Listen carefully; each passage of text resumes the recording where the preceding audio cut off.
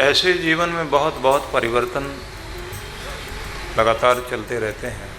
इन परिवर्तनों को ही, घटनाक्रम को ही संसार कहा जाता है, क्योंकि संसार घटनाओं का प्रवाह है। और घटनाओं का प्रवाह जब जीवन में चलता है तो कुछ सुखद कुछ दुखद यादें जीवन में जुड़ती जाती हैं। मन अधिकांश रूप से दुखद चीज़ों पर केंद्रित हो जाता है। बीती हुई बातें, पिछली बातें, उन पर मन घूमता रहता है। निराशा जागती रहती है। निराशा जैसे जैसे जागती है, हिम्मत टूटती रहती है। भविष्य अंधकार में दिखाई देता है। फिर लगने लग जाता है कोई मेरे साथ नहीं, मैं बिल्कुल अकेला। फिर लगने लगता है भगवान भी कोई चीज़ है दुनिया में, वो लेकिन वो सबके लिए होगी, मेरे लिए नहीं।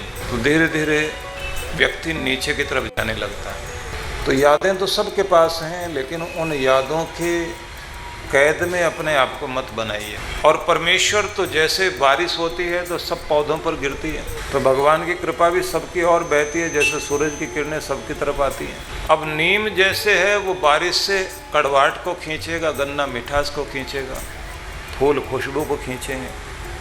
तो भगवान की ऊर्जा तो सब पर आ रही है। आप क्या खींच रहे हैं उससे ये आप देखिए। निराश हो गए तो निराशा को बढ़ा देगी वो चीज़। और थोड़े मुस्कुराओ, हिम्मत रखो, तो भगवान उस शक्ति से आपको और हिम्मत दे देंगे। इसलिए जब कमाने पर आते हो तो जीतते जाते हो, रोज़ नया नया पैसा, नए नए विचार। और घाटा होने लग जाए तो फिर डर, ये ना हो जाए, वो ना हो जाए। और एक जगह घाटा हुआ दूसरी जगह भी दिखाई देने लग जाता है, तीसरी जगह भी दिखाई देने लग जाता है, क्योंकि आपकी हिम्मत टूटने लगती है। इस बीच में कहीं ना कहीं आवश्यकता पड़ती है गुरु कृपा की। और जब वो कृपाएं साथ में आने लगती हैं तो आदमी को दिशा मिलती है कि नहीं, ऐसे नहीं, ऐसे चलो। और गुरु का मतलब ये नहीं होता कि सदगुरु से ही मिल गए। गुरु के रूप में अनेक तरह से मार्गदर्शन मिलता है, किसी किताब से, किसी की बात से, जिंदगी की ठोकर से, किसी तजुर्बे से, और कभी अपने आप से। वो जो संदेश मिलता है जिससे आप संभलते रहते हैं, बस उससे मानिए कि वो बहुत बड़ी शक्ति है और उसे जगाए रखना है। इसी के साथ एक जरूरी चीज़ होती है प्रार्थना। प्रार्थना का बल साधारण बल नहीं होता। अपने दर्द को भी व्यक्त करना है तो प्रार्थना के माध्यम से करो। खुशी भी प्रार्थना के माध्यम से व्यक्त, धन्यवाद वो भी प्रार्थना के माध्यम से। सकारात्मक बातें भी भगवान के सामने उसी तरह से। और अगर कभी कभी निराश भी हो गए तो अपनी प्रार्थनाओं में कह दो।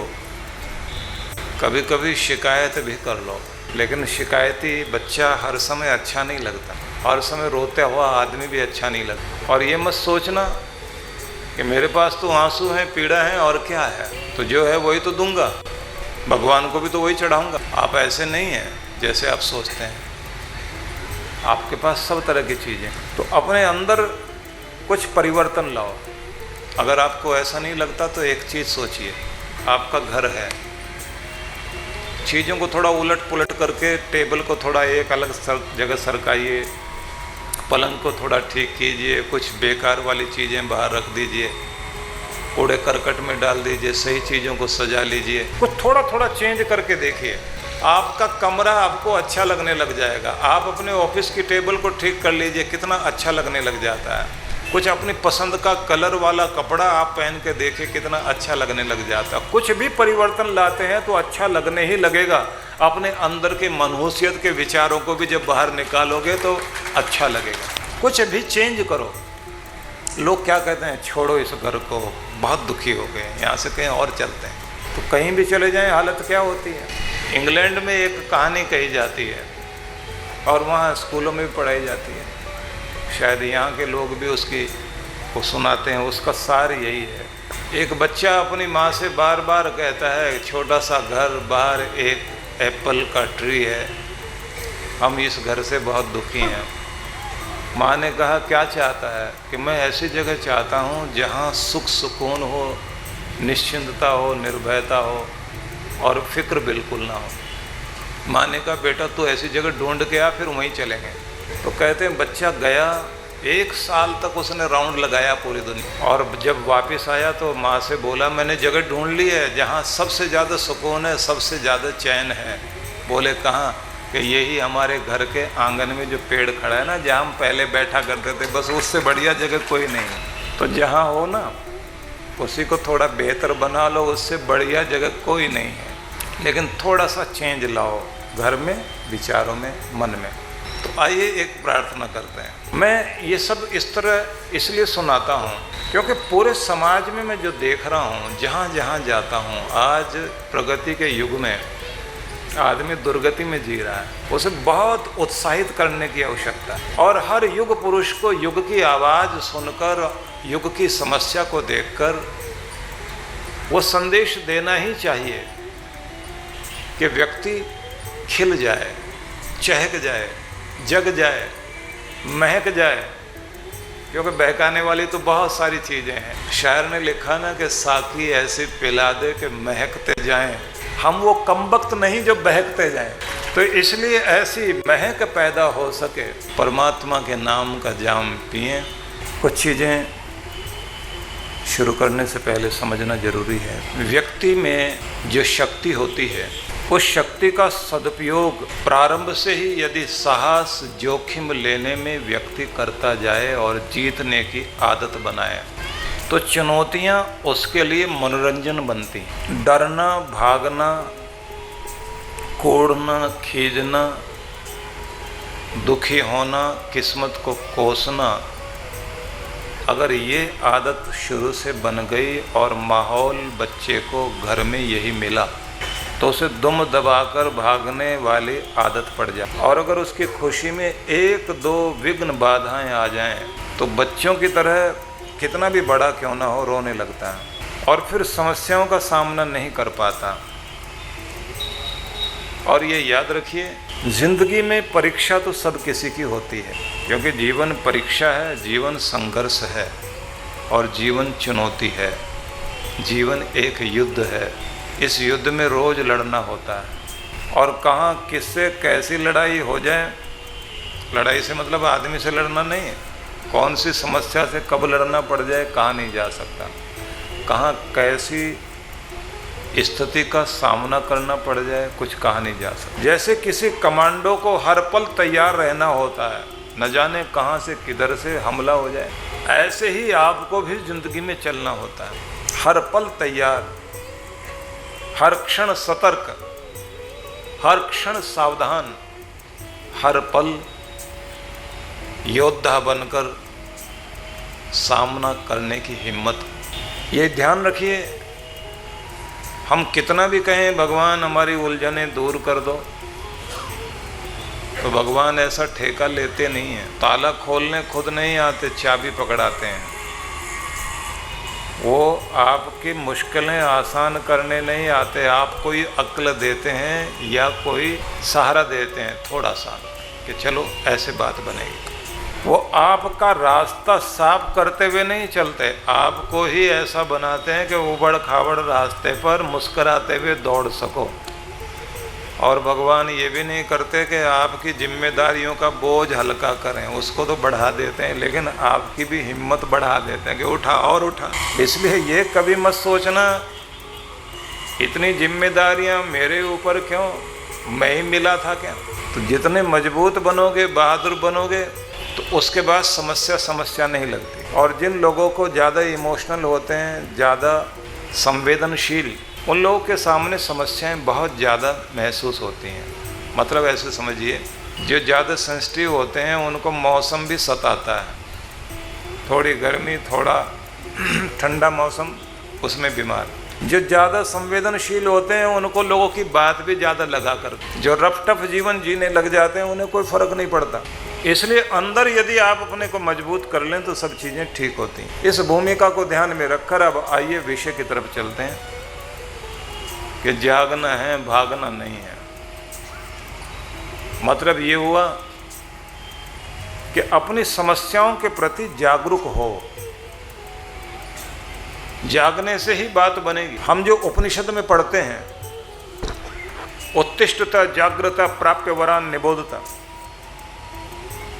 वो संदेश क्या है? उठो, जागो, जो प्राप्त करने योग्य है उसे प्राप्त करने की कोशिश करो। तो मतलब क्या हुआ कि जहाँ हो, जिस अवस्था में हो, जिस परिस्थिति में हो, उससे ऊपर उठने की कोशिश। जहाँ पड़े हुए वहाँ पड़े मत रह जाओ।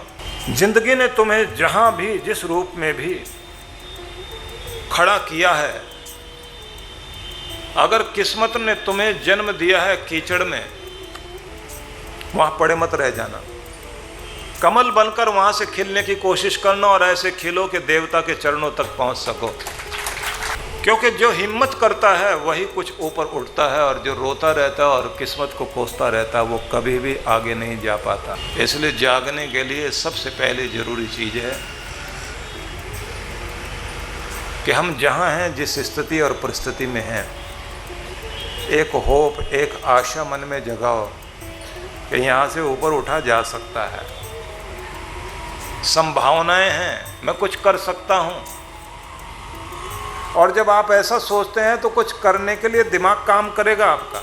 और जब आप ये सोचेंगे नहीं कुछ नहीं हो सकता, मेरा तो बिल्कुल नहीं हो सकता, और किसी का भला हो जाए, मेरा नहीं होगा, मेरी तो किस्मत इतनी ख़राब है कि अगर मैं ऊँट पे भी बैठ के चलूँ ना, कुत्ता वहीं काटेगा आके मुझे। तो अपनी तो किस्मत इतनी ख़राब है कि अगर कब्र खोदने का भी काम शुरू कर देना तो लोग मरना बंद कर देंगे कि इसको काम नहीं मिलना चाहिए। तो ऐसी जो निराशा की बातें किया करते हैं, उन लोगों को लगता है कि मेरा भला नहीं हो सकता, बाकी अगर भला होगा तो किसी और का हो सकता, अपना तो नहीं हो सकता। गर नाज है मुर्दों को अपनी नींद पर, ये उदास लोगों की बातें हुआ करती हैं कि गर नाज है मुर्दों को अपनी नींद पर, तो सो जाएं वो शर्त बांध कर मेरी किस्मत के साथ। अब भला कोई बात है कि मुर्दों की नींद भले ही खुल जाए, लेकिन अपनी किस्मत की नींद तो ऐसी है वो तो खुलेगी ही नहीं। मुर्दे भी मेरे साथ शर्त लगा सकते। ऐसी चीज़ें मत अपने मन में लाओ। और कुछ दूसरी तरह के लोग होते हैं जो क्या कहते हैं, किस्मत को और निराशा को इस तरह बांध लेते हैं, अनहोनी होनी नहीं, होनी हो सो होए, राम भरोसे बैठकर रहो खाट पर सोए। कर दिया ना कमाल कि जो होना है वो तो होगा ही, और जो नहीं होना वो होना ही नहीं। भगवान का भरोसा करो, आराम से सो। ये भी एक गलत चीज़। भगवान का भरोसा करो और ये सोचो कि उसने कृपा की है, अच्छा होगा, लेकिन होगा तभी जब तुम अच्छा करने के लिए प्रयास करोगे। क्यों भगवान को ठेकेदारी दे रहे हो कि वही सब ठीक करता रहे, तुम कुछ भी ना करो। आलसी लोगों ने अपने तर्क बना रखे, अजगर करे न चाकरी, पंछी करे न काम, दास मलूक कह गए सबके दाता राम। करना तो पड़ेगा, बिना किए कुछ नहीं मिल सकता। यूरोपियन लोगों ने, वहाँ का मौसम इतना भयंकर होता है,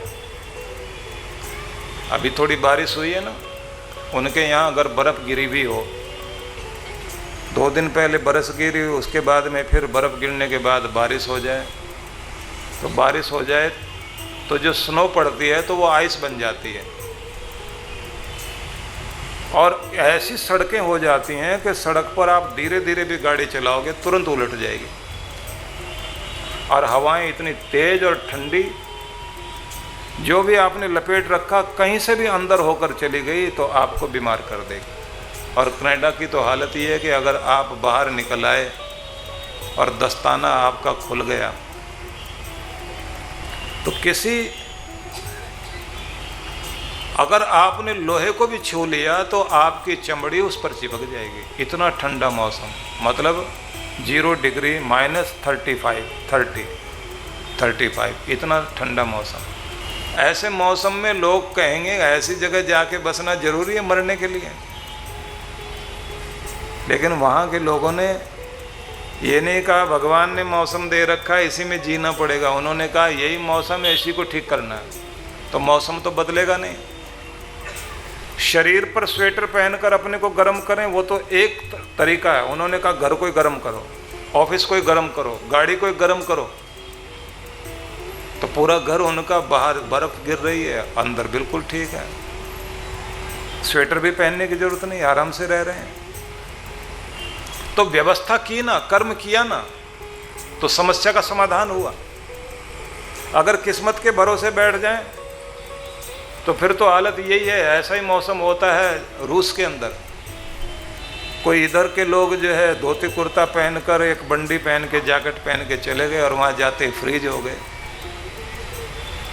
सांस मांस बंद हो गया। लोगों ने कहा कि भाई इस आदमी को बहुत समझाया था ओवरकोट पहनना है, इसने नहीं पहना है, चलो अब इसको मर तो गया ही है तो इसको इसी हिसाब से जैसे ये परंपरा वाला आदमी लकड़ी जला के उसी पे रख करके इसको जला दो। जैसे उसको लकड़ियों पर रखकर चिता जलानी शुरू की तो आँच लगनी शुरू हुई, उठ के बैठ गया। हम अपनी परंपरा, अपनी किस्मत, इन सब चीज़ों को मानकर ऐसी हालत में पहुंच गए, अपने आप को मार रहे हैं, कुछ बदलने को तैयार नहीं। मैं निवेदन करना चाहता हूं, कुछ परिवर्तन लाओ, कर्म करो और जहां हो अब उस जगह से ऊपर उठने का प्रयास करो। पहले होप, पहले आशा मन में जगाओ कि कुछ हो सकता है। और जब आप ये मन में सोच लेते हैं कि कुछ बेहतर हो सकता है, कुछ काम करेंगे, कुछ न कुछ हाथ पांव चलाएंगे तो रास्ता बनेगा, तो फिर रास्ता बनना शुरू होता है।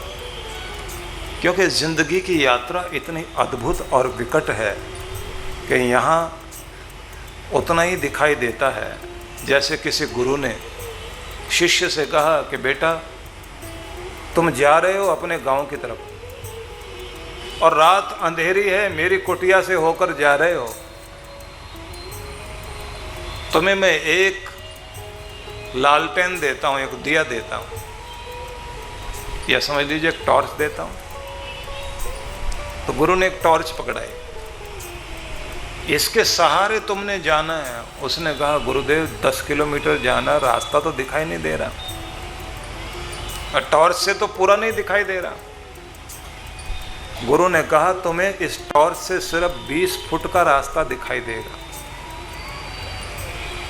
लेकिन ये ध्यान रखना जब भी एक एक कदम आगे रखते चले जाओगे वो 20 फुट आगे बढ़ते ही चले जाएंगे, 20 फुट तक रोशनी मिलती ही चली जाएगी। लेकिन अगर बढ़ोगे नहीं तो वहीं रुके हुए हो, तो भविष्य किसी को नहीं दिखाई देता, 20 फुट तक का ही दिखाई देता है।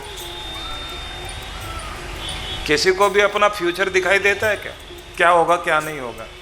सपने जरूर संजोते हैं, लेकिन दिमाग की टॉर्च से जब आप देखोगे 20 फुट का दिखाई देगा, लेकिन जब चलते चले जाओगे वो 20 फुट देखते देखते आप 10 किलोमीटर की यात्रा नहीं 100 किलोमीटर की यात्रा पूरी कर लोगे और सब कुछ मिल जाएगा। लेकिन होगा तभी जब चलोगे और अपनी जितनी भी अक्ल है टॉर्च की तरह है, ज़्यादा दूर तक तो नहीं देखती पर 20 फुट तक तो दिखाई देता है ना, उतना इसका इस्तेमाल करते चले जाओ, 100 किलोमीटर की यात्रा पूरी हो जाएगी। ऐसे ही अपनी अक्ल लगाते चले जाओ, रास्ता मिलेगा, बढ़ते चले जाओगे, काम बनते जाएंगे और बिल्कुल बनेंगे और आप जीतोगे ज़रूर, ये उम्मीद रखो। तो जहाँ हो वहाँ से आशा जगाओ कि बात बनेगी, उम्मीदें हैं, काम होगा, मैं सोच रहा हूँ कुछ करूँगा, अच्छा करूँगा। कभी कभी ये भी सोच लिया करो। एक व्यक्ति को मैंने देखा, उसका बहुत बुरा बेचारे का हुआ, तो उससे पूछा कि अब क्या करोगे? बोले जो होना था हो गया। मैंने कहा अब? बोले बस अब अच्छा ही अच्छा होगा। मैंने कहा ये कैसे कह रहे हो? बोले गेंद ऊपर से लुढ़कनी थी ना, लुढ़कती हुई सीढ़ियों से नीचे आई, अब उसे ऊपर जाना है, तो अब मैं तैयारी कर रहा हूँ कि ऊपर ले जाना कैसे है, और जाएगी ऊपर। और उसने ऊपर जाके दिखाया कि मैं यहाँ तक पहुँच गया। जो ये कहे कि अब बड़ा मुश्किल है, कभी ऐसा मत सोचना। न्यूटन यदि ये बात सोचते तो उसके तो सारा जो भी कुछ उसने अपना काम किया हुआ था, जो रिसर्च की थी, सब उसके सामने जल गया। इतना बड़ा साइंटिस्ट था। जिस रात सब जला उसी रात उसने अपनी जली हुई फाइलें एक तरफ रखी, टेबल को साफ किया, नए कागज़ लेकर आया और मुंह धोकर अच्छी तरह से नई शुरुआत की। और जब सुबह हुई तो उसने कहा ये सुनहरी सुबह है, मैं इसका स्वागत करता हूँ, एक नई यात्रा के लिए चुनौती मिली, मैं फिर से अपनी तैयारी कर रहा हूँ। और उसके बाद बढ़ता गया और उस व्यक्ति ने दुनिया को जो कुछ दिया, ये ग्रेविटेशन की थ्योरी, गुरुत्वाकर्षण का सिद्धांत और न जाने कितनी कितनी चीज़ें संसार को दी। विज्ञान में ये चीज़ें बहुत बड़ा काम करती हैं। सोचिए, ग्रेविटेशन को समझाकर न्यूटन ये समझाता है कि चीज़ें ऊपर से नीचे क्यों आती, क्योंकि धरती उसको खींच रही होती है। मैं अपनी बातें आपको आगे समझाऊंगा, उसमें आकर्षण का बिंदु भी एक बताना चाहूँगा। ये जो आकर्षण का बिंदु है, मतलब धरती खींचती है चीज़ों को, आप सोचेंगे हमें इस सिद्धांत से क्या लेना देना, लेकिन एक चीज़ ध्यान देना, टोंटी से पानी लेते हो ना आप, गिलास में डालते हो, तो आपके गिलास में पानी तभी आता है कि वो ग्रेविटेशन की थ्योरी काम कर रही होती है, तभी पानी ऊपर से नीचे आपके गिलास में आता है। और जहाँ ये ग्रेविटेशन थोड़ी मात्रा में काम करता है वहाँ गड़बड़ होती है। जैसे चांद के अंदर गिलास से पानी उठा के दूसरे गिलास में नहीं डाल सकते आप, हवा में तैरना शुरू कर देगा। ये धरती पर सिद्धांत काम कर रहा है, तो इसलिए एक व्यक्ति के लिए नहीं, आपकी ज़िंदगी को आसान बनाने का सिद्धांत है। पर मैं आपको ये सिद्धांत नहीं समझा रहा, मैं बता रहा हूँ कि एक व्यक्ति जिसकी ज़िंदगी में सब कुछ जल गया और उसने फिर से नई तरह से अपने आप को खड़ा किया और फिर शिखर पर पहुँच गया।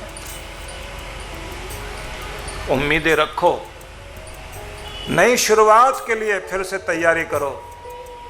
और आप समझिए, जैसे न्यूटन ने कहा था, यही बात एडिसन ने भी कही। बहुत बड़ा साइंटिस्ट था थॉमस अल्वा एडिसन, उसने भी कहा था कि जो कुछ खराब हो गया, अब हम पुरानी गलतियां ना दोहराकर कुछ ज़्यादा अच्छा करने का मौका हमको भगवान ने दिया। मतलब हमको एक नया अच्छा अवसर मिला है। पहले में शायद कुछ गलतियां थी। कंपनियां भी अपनी पुरानी गाड़ियां बनाने के बाद जब नया मॉडल बनाती हैं तो पहले वाली गलतियां नहीं दोहराती, और नया मॉडल रखकर सामने जब वो मार्केट में उतारते हैं तो ज़्यादा खरीदा जाता है। हर पल नया सुधारने का अवसर आपके पास है। तो ये मानिए कि जब आपके पास कोई ऐसी स्थिति आती है तो वहाँ से आपको और ऊपर उठना और बेहतरीन तरीके से काम करना। और एक चीज़ और, जो भी कर रहे हो उसमें रस लेकर, आनंद लेकर करो। अगर दुखी होकर करोगे तो हर समय परेशान रहोगे, और परेशान आदमी की हालत क्या होती है। एक बूढ़ी माता जंगल से अपनी लकड़ियों का बोझ लेकर आ रही थी, प्यास लगी बहुत तेज, गर्मी की मारी हुई थी, तो एक जगह उसने देखा पानी का मटका रखा हुआ, और सोचने लगी अगर गट्ठर को नीचे रख दिया तो कोई उठवाने वाला नहीं मिलेगा, और नहीं गट्ठर को नीचे रखूं तो पानी कैसे पीऊं। उसने गट्ठर को नीचे गिराया, पानी पिया, और उसके बाद बेचारी परेशान, और क्या बोली, हे भगवान, इससे तो अच्छा जैसी ज़िंदगी दी मौत दे दे बस। तो इतनी देर में काली छाया आ गई। इन्होंने पूछा तुम कौन? बोले जिसको याद किया था मैं आ गई। बोले इतना जल्दी सुनते हो, एकदम आ गए हो? बोले तुमने याद किया तो हम आ गए, बताओ क्या करना है। बूढ़ी माता घबरा गई, बोले गठरी उठा के मेरे सिर पे रख दे, बाकी कुछ करवाना नहीं हमने, जाओ यहाँ से। मरने से डरता तो है ही ना आदमी, जीना चाहता ही है। हम लोग जो सोचते हैं कि घबरा कर समस्या का कोई समाधान निकल आएगा, वो तो निकलता नहीं, सामना करना ही पड़ता है। और अगर आशंकाओं को याद करोगे तो जैसे आशंका कोई भी मन में बनाए तुरंत उपस्थित हो जाती है। आप सोचते हैं बुरी चीज़ को याद करो, बुरी चीज़ तो जल्दी आ जाती, अच्छी चीज़ क्यों नहीं आती? अच्छी चीज़ आती तो है, वो हमें दिखाई नहीं दे रही होती। बुरी चीज़ जरूर दिखाई दे रही होती है, क्योंकि बुरी चीज़ के लिए हम इतने आश्वस्त होते हैं, इतना भरोसा करते हैं कि बुरा तो होगा ही होगा। अगर उतना ही भरोसा अच्छे के लिए करें तो अच्छा भी होगा, और ऐसे ही सामने आएगा कि हाँ होगा जरूर होगा। तो क्या करें, कैसे करें, कुछ बातें अब हमें विचार करनी हैं। किस तरह ज़िंदगी को चलाएं और कैसे अपना एक बेहतरीन जीवन बनाएं। तो मैं कुछ चीज़ें आपको, हर आदमी अपने वर्तमान में जहाँ जिस स्थिति में है उसे सुरक्षित रखना चाहता है। कि मेरा कुछ भी खतरे में ना पड़ जाए, ना मान सम्मान, ना धन, ना जमीन जायदाद। बच्चे जो हैं बेहतर हो जाएं तो ठीक है, वहाँ से गड़बड़ नहीं होनी चाहिए। रिश्ते जहाँ हैं वहाँ ठीक ठाक रहें, कुछ गड़बड़ नहीं होनी चाहिए।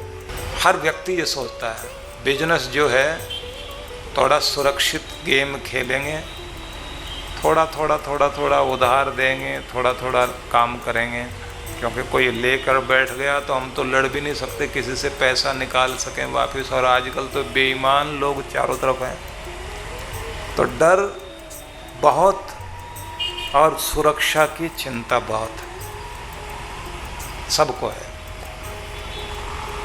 अगर आप अपनी परिस्थिति से ऊपर उठना चाहते हैं तो मेरा निवेदन ये है, बिना जोखिम लिए कोई भी जीतता नहीं।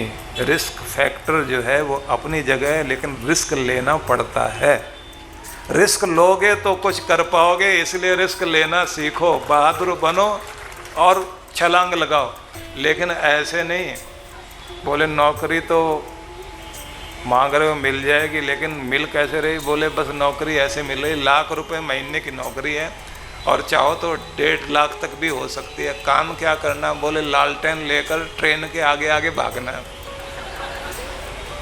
बोले कोई दूसरा काम बताओ? बोले दूसरा काम ये है, गीला कपड़ा लो और बिजली के तारों के ऊपर लगाओ। अब जानबूझ के आप मुसीबत वाली चीज में कूद पड़े वो तो ठीक नहीं है, लेकिन ऐसे काम, क्योंकि कुछ भी करोगे आप, जोखिम तो हर जगह है। ये नहीं है कि फौज में भर्ती हो गए तो जाते गोली लगेगी, और बिजली डिपार्टमेंट में भर्ती हो गए तो जरूर बरसात के दिनों में बिजली के खंभे पर चढ़ाया जाएगा और हमारे ऊपर बिजली गिरेगी। हर चीज के लिए सुरक्षा के साधन हैं। दिमाग में मरने की बात नहीं सोचो, जीने की बात सोचो। और सोचो कि जहाँ गोलियाँ चलती हैं उन्हीं के बीच में हमने अपनी ज़िंदगी की मस्ती का डांस करना और वहीं जी के दिखाना। जो ये सोच सकता है वो जिएगा, और जो ये नहीं सोच सकता वो जिएगा नहीं, वो मरेगा ही। वो तो अपने घर में ही पाँव फिसल कर गिरेगा। तो जोखिम लेना सीखिए, और जीवन में फूंक फूंक कर कदम चल रखोगे तो 9 दिन चले 2.5 कोस। 9 दिन में 2.5 किलोमीटर ही जा पाओगे, इससे आगे नहीं जा पाओगे। तो उछल कर दौड़ कर चलना ही होगा। तो जोखिम लेना भी सीखो अगर आपने आगे बढ़ना है तो। हाँ, सोच समझकर, योजना बनाकर सही तरीके से जोखिम लेना चाहिए। ऐसे खुले ढंग से लोगे तो गड़बड़ होगी। और बच्चों को कभी कभी मैं सुनता हूँ आपस में खेलते हुए बोलते हैं, जो डर गया समझो मर गया, ऐसा बोलते हैं बच्चे। तो मैं एक बात कहूँगा, डरना मरने के बराबर है। और जब आप निडर होते हैं तो निडरता ही जिंदगी है। और जिसने ये सोचा कि मरना तो एक ही बार है, जब आएगी मौत तब मरेंगे, लेकिन आखिरी पल तक जूझना है। जापान में एक जाति है जो तलवार के धनी कहलाते हैं, समुराई। एक योद्धा होते हैं जो कुश्ती लड़ते हैं, उनको तो सूमो बोलते हैं, सूमो पहलवान। और जो तलवारबाज होते हैं वो समुराई कहलाते हैं। तो उनके सामने टिक नहीं सकता, क्योंकि तलवार के बहुत धनी लोग हैं। तो किसी एक समुराई के साथ, तलवार के धनी व्यक्ति के साथ एक सीधे साधे गांव वाले की लड़ाई हो गई। अब लड़ाई हो गई तो उसने उस आदमी से कहा कि देख मेरे पास 2 तलवार हैं,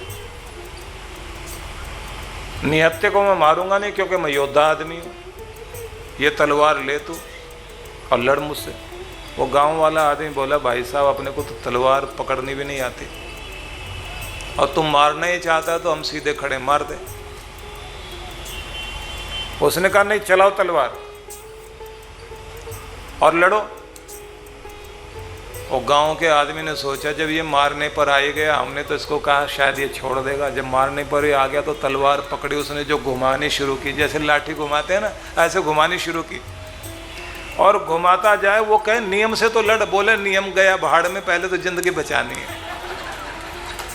और उसने घुमाना शुरू किया, घुमाते घुमाते उसको नीचे गिरा लिया, तलवार उसकी छाती पर रखी, रखने के बाद पाँव रख के खड़ा हो गया, बोला बोल। वो नीचे पड़ा पड़ा कहता भाई साहब ये तलवार बाजी किसने सिखाई आपको? बोले जो आदमी जीना चाहता है उसको मौत अपने आप तलवार सिखा देती है, और उसके लिए कोई नियम सिद्धांत नहीं है। जीने की प्रबल कामना है और दांव पर जिंदगी को लगाने के लिए जो कोई तैयार है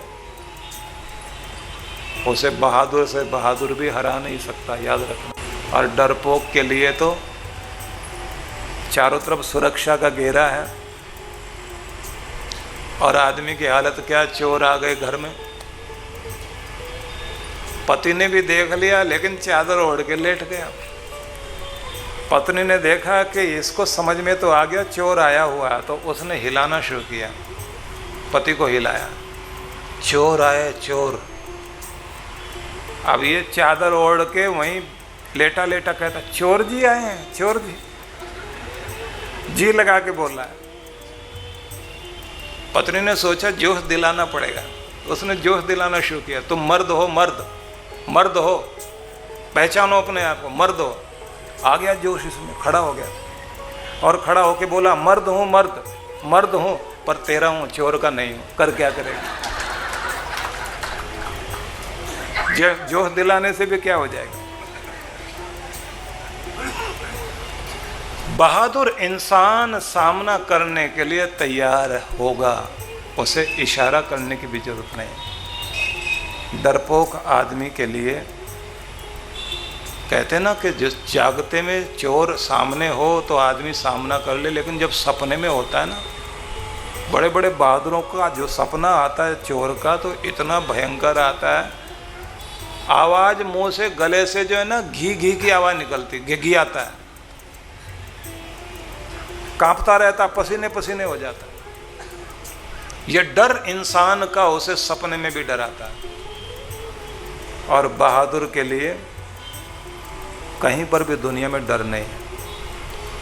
तो जो जागना चाहता है, ऊपर उठना चाहता है और आगे बढ़ना चाहता है, उसे सबसे पहले जोखिम से लड़ने की हिम्मत जगानी चाहिए, जोखिम लेना भी सीखना चाहिए। जिनको जोखिम लेना आता है, बिजनेस में चमत्कार उन्होंने किए। जिन्होंने जोखिम लेना सीखा वही लोग एवरेस्ट तक पहुँचे। जिन्होंने जोखिम लेना सीखा उन्होंने ही नई दुनिया की खोज की कोलंबस के रूप में। जिन्होंने जोखिम लेना सीखा वही चंद्रमा तक भी जाकर के पहुँचे, और जिन्होंने जोखिम लिया वही ज्वालामुखी के बारे में भी जानकारी ले पाए। जिन्होंने जोखिम लिया उन्होंने ज़मीन के नीचे की गहराइयों को नापा, और जिन्होंने जोखिम नहीं लिया बिल्कुल घर में आराम से पड़े रहे, ऐसी दुनिया में आए और ऐसे ही चले गए। इसलिए जोखिम लेने वाला ही संसार में पहचाना जाता है, वही पूजा जाता है, उसी की इज्जत हुआ करती है, और जीना भी उसी को आता है। ये पहला सिद्धांत मान लीजिए।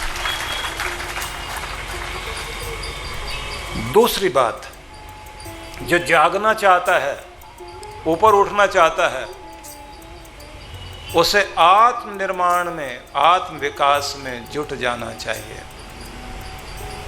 खुद को बनाने में, कोई घर बनाता है, कोई फैक्ट्री बनाता है, आप पहले जिंदगी बनाने में जुटो, अपना व्यक्तित्व बनाने में जुट जाइए, अपने आप को निखारिए, अपने टैलेंट को निखारिए, रोज अपने अंदर नया परिवर्तन करो। बहादुरी, हिम्मत, साहस, तरीके से काम करने की आदत, लापरवाही को छोड़ना, समय पर काम करना, वचनबद्ध होना, अपनी बात का धनी बनना, वो आदमी सच में मर्द कहलाता है जो अपनी बात पर टिकता है। जो कहा पूरा करके दिखाओ। नेताजी की तरह नहीं है कि रोज नई नई बात कहकर और अपनी बात से पलट जाए। टीवी वाले बार बार घुमा घुमा के दिखाते हैं, आपने पहले ये कहा था, नहीं मेरा ये मतलब नहीं था, वो मतलब था। तो अपने आप को अपने वचनों में दृढ़ता प्रदान करें, वचनबद्ध हों और आत्मनिर्माण करें, अपना विकास करें। मेरा सीधा सा मतलब ये है कि आप अपने रूप को किस तरह देखना चाहते हैं। अपने मन में अपनी एक तस्वीर बनाओ। अपनी तस्वीर बनाने के बाद कैसा आप अपने को चाहते हैं, उसकी स्पष्ट तस्वीर अपने मन में देखो। ऐसा बोलता हुआ, बातचीत करता हुआ, ऐसे हंसता मुस्कुराता हुआ, ऐसा काम करता हुआ, ऐसे जीतता हुआ, ऐसे पैसे कमाता हुआ, ऐसे रिश्तेदारी निभाता हुआ, ऐसा रूप मैं अपना देखना चाहता हूँ। वो जो भी आप अपना देखना चाहते हैं अपने आप को, उसकी एक तस्वीर मन में रखो। फिर उसके बारे में सोचो कि अगर ऐसी सेहत वाला भी चाहिए तो उसके लिए मुझे क्या नियम अपनाने पड़ेंगे। ऐसा बिजनेस में सफल होना चाहते हैं तो उसके लिए क्या नियम अपनाने पड़ेंगे। ऐसे ऊंचाई पर पहुंचने के लिए अगर मैं अपने को चाहता हूं वहां तक पहुंचो, उसके लिए क्या तरीका, आप क्या सुझाव देते हो, अपने से पूछो, उनको लिखो और उसके बाद अपना टाइम टेबल बनाओ और उसके बाद देखिए आप वहाँ तक पहुँचेंगे, अपना निर्माण खुद कर लेंगे। क्योंकि बड़े से बड़ा हाथ आपको बड़ा नहीं बना सकता। अपने को बड़ा बनाने के लिए आपको अपने हाथों से खुद का निर्माण करना पड़ेगा। तो एक शब्द लिख कर रख लें, विकास या विनाश। आपकी यात्रा किस तरफ है? आप विकास की तरफ जाना चाहते हैं या विनाश की तरफ जाना चाहते हैं? तुम्हारी यात्रा किस तरफ है? भोग की ओर या योग की ओर, उन्नति की ओर या अवनति की ओर, विषाद की ओर या प्रसाद की ओर, कायरता की ओर या वीरता की ओर, प्रसन्नता की ओर या निराशा की ओर? तुम्हारी यात्रा किस तरफ है? ऊपर उठने के लिए या नीचे गिरने के लिए? ईर्ष्या, दुख, क्लेश में पड़े रहने के लिए या प्रेम और आनंद में जीने के लिए? तुम्हारी यात्रा किस तरफ है? तुम विकास की तरफ जा रहे हो या विनाश की तरफ? फिर मन को समझाना, या तो आगे बढ़ो, नहीं बढ़ोगे तो पीछे रह जाओगे। क्योंकि जहाँ चलना नहीं होता वहाँ रुकना होता है। जहाँ तरक्की नहीं होती तो आप जहाँ खड़े हो गए उसी को अवनति बोलते हैं। उसको ये नहीं कहते आप रुके हुए हैं, उसको कहते हैं गिर रहे हो। या तो गेंद ऊपर जाएगी या फिर नीचे आएगी। उन्नति की गेंद कभी बीच में नहीं ठहरा करती, जिंदगी की गेंद कभी बीच में नहीं ठहरा करती। या तो ऊपर जा रही होती है या नीचे आ रही होती है। या तो आप बढ़ रहे होते हैं या आप घट रहे होते हैं। ये आपको सोचना है आपकी यात्रा किस तरफ है, विकास की ओर या विनाश की ओर। लिख कर रख लीजिए और बार बार दोहराओ, मैं किस तरफ, कहाँ जा रहा हूँ। इसी को कहते हैं जागना। ये जागना जब आपकी ज़िंदगी में आ जाएगा तो निश्चित रूप से आप जाग जाओगे। और जिस दिन आप जाग गए उस दिन नया सवेरा शुरू हो जाएगा, उस पल से नया सवेरा शुरू हो। तो सोचो कि आप आशाएं जगा रहे हैं या निराशा, आप कायरता या वीरता, आप भागने को चुन रहे हैं या जागने को। मन में बार बार दोहराइए। और ये शब्द नहीं है, ये मंत्र हैं। और इन मंत्रों को बार बार दोहराओ कि ये शक्ति बन जाए, ये शक्ति बन जाए तो आपको उठाकर कहाँ से कहाँ पहुँचा दें। इसलिए बार बार हिलाओ मन में,